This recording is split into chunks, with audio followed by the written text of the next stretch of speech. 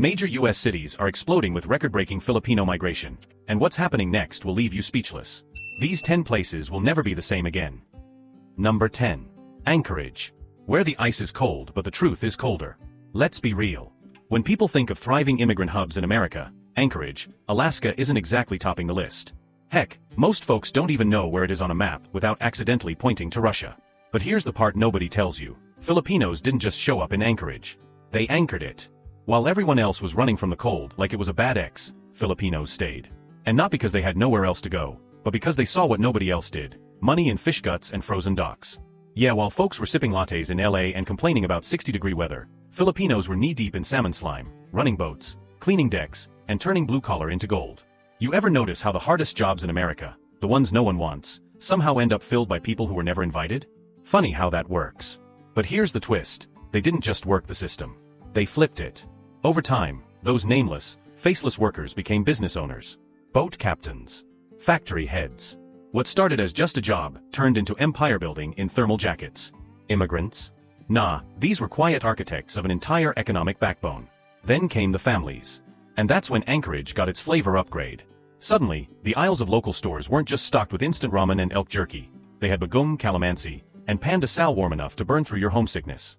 You walked into a church in East Anchorage and heard Tagalog hymns louder than the snowfall. The cold didn't stand a chance. Culture didn't conform to the freeze, it colonized it. Not with force, but with flavor. With music. With laughter echoing from tiny houses strung with Christmas lights in March because, Filipino time. And no one complained. Why? Because for the first time, Anchorage started to feel like a place people actually wanted to stay in. And let's not sugarcoat it, the city needed saving. Alaska's been bleeding residents for years. Jobs come and go. Depression sticks around. But the one group who never flinched? The ones who found heat in -20 degrees? Filipinos. So next time someone calls Anchorage just a frozen fishing town, tell them to check who's holding the net. Tell them to follow the scent of adobo wafting through the snow. Tell them, it's not just ice and oil up there, it's resilience dressed in parkas, building legacies one frozen paycheck at a time. Because Anchorage didn't save Filipinos. Filipinos saved Anchorage. And most people are just too polite to say it. Number 9. New Orleans. Where history isn't just forgotten. It's buried alive with a jazz band. You ever notice how history books somehow make space for every war, every colonizer, every king and crook, but not for the people who actually built things? Yeah. Welcome to America, where we've mastered the art of pretending certain folks just showed up somewhere in the 1980s and started dancing. But let me hit you with something they don't teach in schools. The first permanent Filipino settlement in the US wasn't in California. Or New York. It was freaking Louisiana. 1763. That's over a century before your great-grandfather figured out how buttons work. They were called the Manilamen, Filipino sailors who straight up escaped Spanish galleons, dipped through the swamps, and started new lives in the bayous of Louisiana. Let's pause right there. Imagine fleeing colonial rule, risking your life across oceans, dodging alligators and racism, and somehow still having enough energy left to build an entire village from scratch. That's not just grit. That's a masterclass in survival with extra rice. They weren't tagging along in America's story. They were writing chapters before most people even knew where the Philippines was. Quick reality check. From our stats, we've got more viewers outpacing subscribers. Kindly join our community. Thank you. Alright, back to the truth that hits harder than homesickness. These guys didn't just survive, they fed the damn region. Manilamen created fishing villages that kept entire towns alive. And not just with food, but with culture. Their blood runs through Creole families. Their stories haunt the gumbo. Their fingerprints are still fresh on everything from jazz to Catholic rituals. But let's be honest, no one talks about them. Ask a random tourist in New Orleans about the Manilamen and they'll look at you like you just invented a new Marvel villain.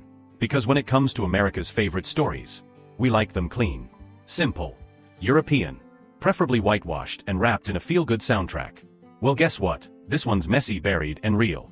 The Manilamen didn't just leave a legacy, they built a blueprint for thriving in a place designed to erase them. You ever wonder why the most soulful cities often have the most forgotten histories? Yeah, that's not a coincidence. It's what happens when the architects of culture get written out by the decorators of comfort. But here's the plot twist. The Manilamen didn't need applause. They were the rhythm behind the show. They didn't need parades. They made the damn drums. No headlines, no holidays, just undeniable impact. So next time you hear jazz echoing through Frenchman Street, remember, some of those notes were born on Filipino breath. They didn't ask for permission. They left fingerprints on the soul of a city. And no tourist trap can wash that away. Number 8. Chicago. Where Filipino nurses didn't just heal patients. They resuscitated the damn city. You ever walk through a city that feels like it's always mid-breakdown, but somehow still standing? That's Chicago. Its beauty wrapped in bruises. Concrete soul. Wind that hits like betrayal. And somewhere in that mess, Filipino immigrants carved out something no blueprint planned for. Not the coast. Not the obvious choice. But in the 70s and 80s, Chicago became the unexpected ER for thousands of Filipino nurses flown in like last-minute reinforcements, because the city was bleeding. Overworked, understaffed, and flatlining fast. They didn't land for selfies or sightseeing. They came to save lives, and ended up saving the city itself. And while most folks were still fumbling through their morning coffee, these nurses were already 4 hours into their second shift, balancing chart work, broken elevators, and broken systems. Not heroes in capes, just overworked immigrants with clipboards and calluses. Here's the wild truth. By the 90s, over 10% of Chicago's nursing staff were Filipino. Not from here. Barely paid. But running the whole damn show in silence. You ever wonder why some hospital wings feel like Survival and Sanctuary had a baby? That's not a vibe. That's a Filipino nurse 2 shifts deep, singing karaoke under her breath while fixing your 4. And it didn't stop there. Suddenly, Tagalog masses echoed through uptown chapels. Albany Park became the unofficial Philippine embassy. Kids whose names got butchered in roll call started topping honor rolls and launching community clinics. From what we've seen so far, the best parts of this conversation aren't happening in the script. They're happening in the comments. What do you think about this chapter of Chicago's story? Let's not just scroll past it. Because here's what too many people miss. Filipinos didn't blend in. They rewired the rhythm of the city. Barongs with Jordans at summer parades. Tinikling dancers shutting down streets. Aunties turning hospital break rooms into pancit parties. This isn't assimilation, it's integration with attitude. Chicago didn't shape them. They helped shape Chicago. So next time someone talks about who built this city, remind them, some of the loudest impact came from the quietest workers. And no, they weren't asking for praise. They were too busy saving someone's life. Number 7. Houston. Let's get real. Houston didn't grow, it exploded. Skyscrapers popping up like acne on prom night. Highways stretched out like a drunk's attempt at a straight line. And while everyone else was bragging about Texan grit, guess who quietly carried the weight? Yeah, the Filipinos. No announcement. No parade.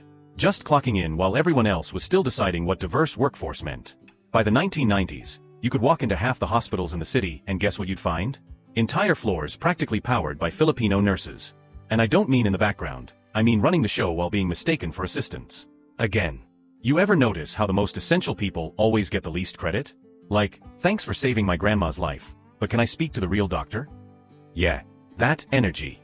Now here's a stat most Texans will never admit. Houston has one of the largest Filipino populations in the South. Not a side note. A spine. From Alief to Sugarland, these weren't just neighborhoods. They were survival zones with adobo on the stove and remittance centers next to the laundromat. Families built them. Weekends meant karaoke that could humble Beyoncé. Kids on the honor roll like it was a family tradition. And churches packed tighter than your Tupperware drawer after a family potluck. Curiosity loop time. You ever wonder why certain cities feel warm even when people aren't? Hint, it's not the weather. It's the culture. Planted, watered, and grown by people who know struggle like a sibling. Filipinos didn't just blend into Houston. They hacked the system, using community like Wi-Fi. Invisible, but keeping everything connected. And you know what's wild? They did all this while being called quiet. Yeah, quiet like a tide that reshapes coastlines. We've been digging deep, but maybe we missed something you saw firsthand. What's the most underrated Filipino contribution to Houston no one talks about? Drop it. Unload. We're listening. Because while everyone was chasing oil money and bragging about barbecue, Filipino hands were doing the real labor. Healing. Feeding. Teaching.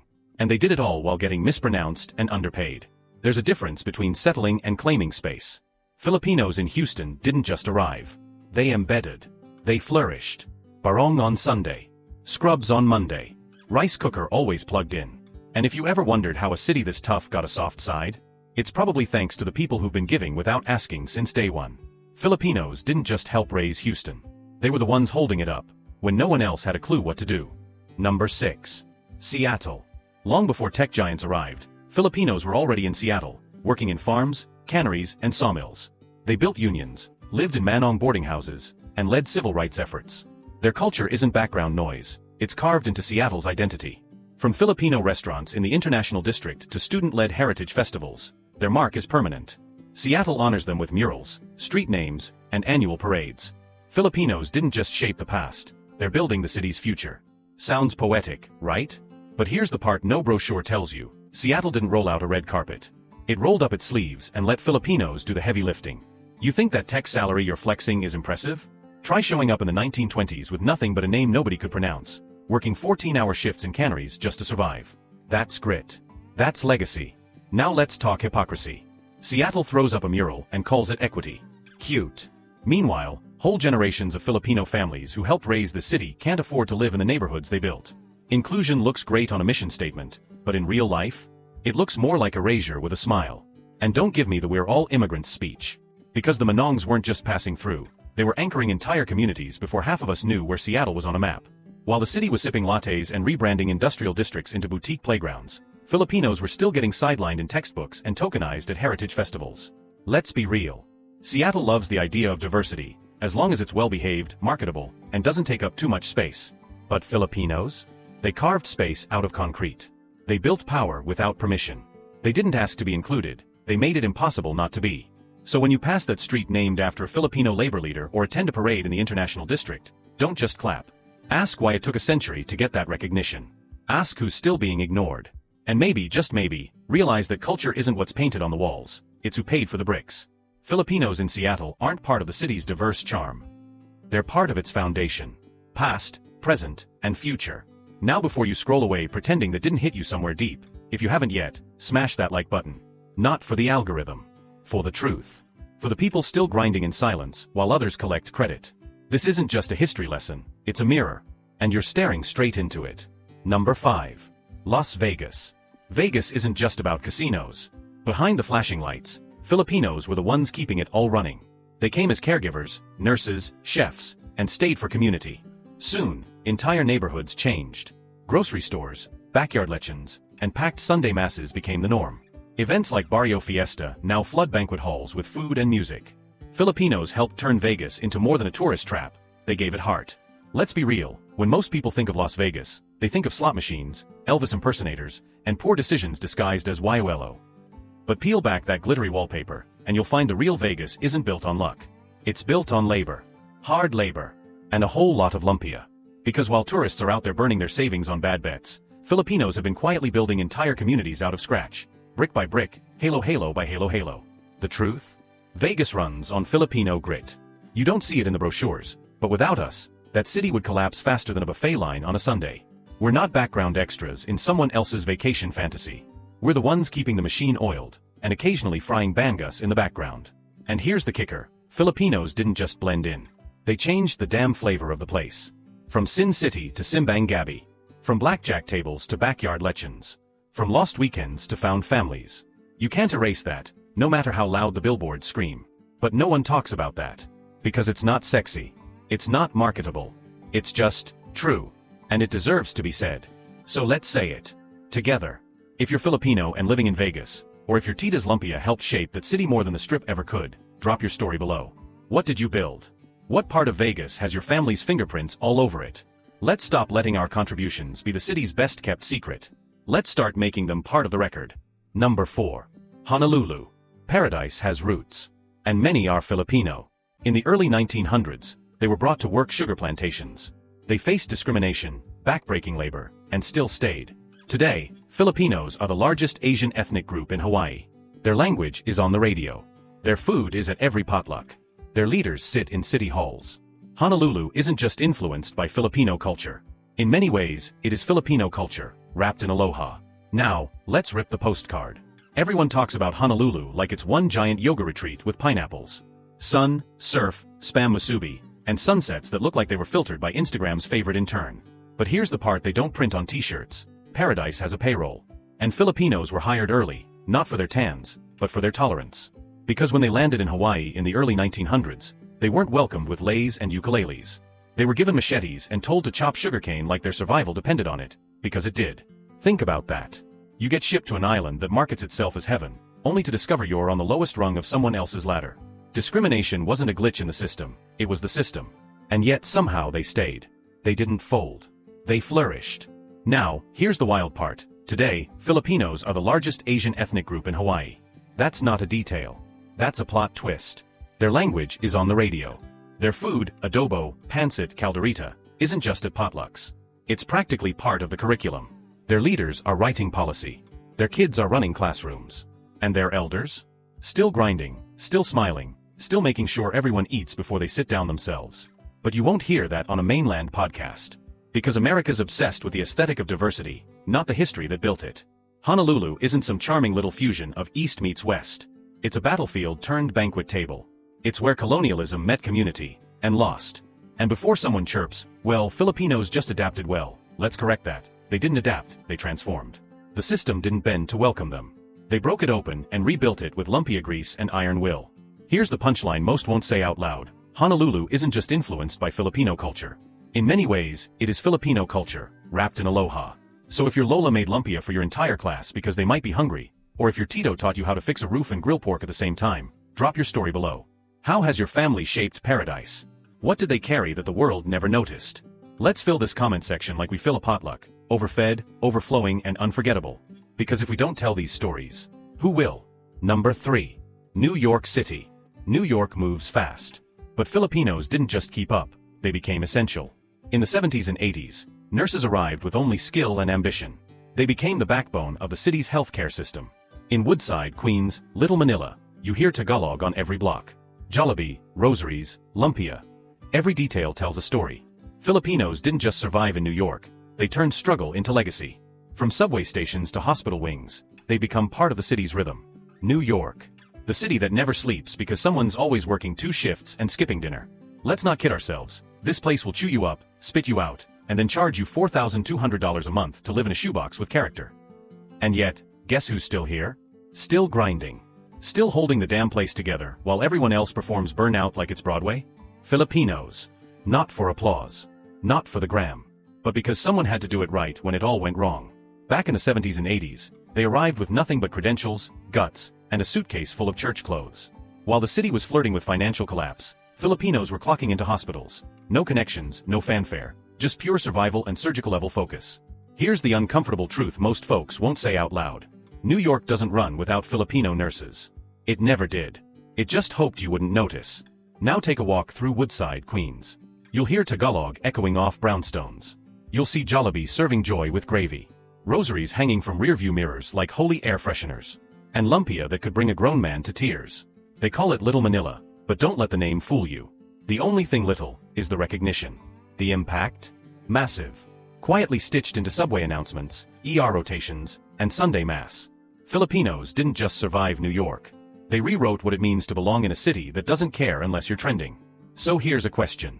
How does an immigrant community become essential, and still get treated like background noise? Stick around. The answer's messier than rush hour on the 7 train.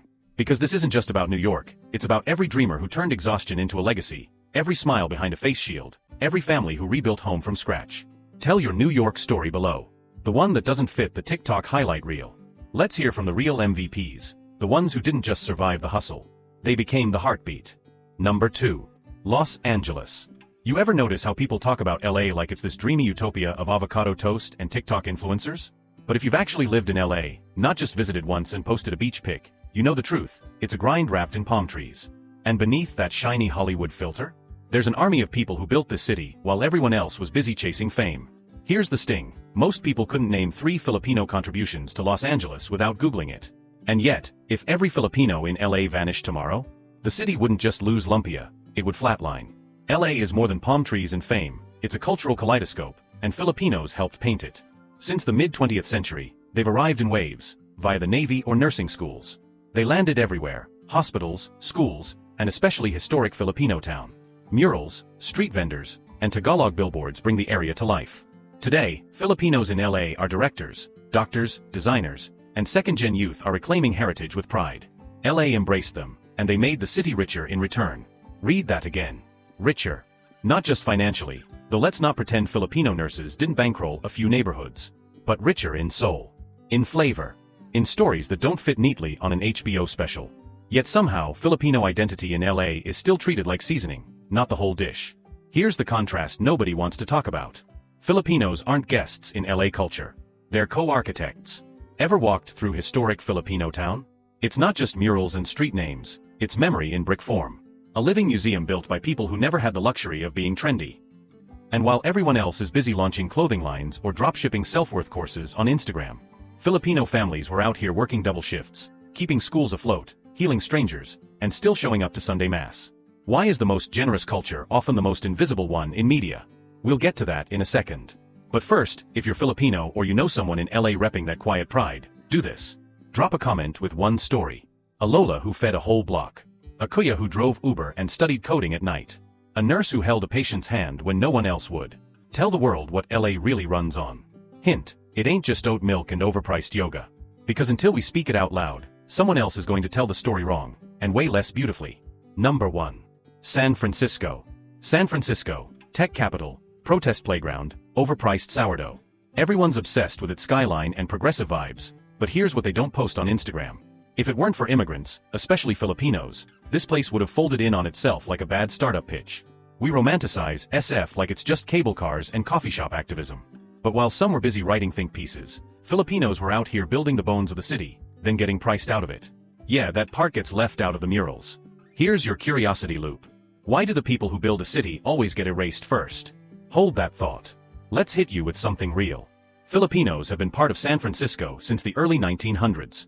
Before Uber, before Twitter, before tech bros started calling themselves disruptors, while selling you the same app with a new font. San Francisco isn't just bridges and protests. It's Filipino to its bones. Since the early 1900s, they've lived in Manong's homes, fought for tenants' rights, and created vibrant street art.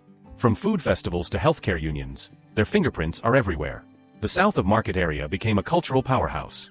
Today they're in tech, politics, art, and activism. San Francisco didn't just welcome them, it was uplifted by them. From the wharf to Silicon Valley, Filipino hands helped carry the city forward.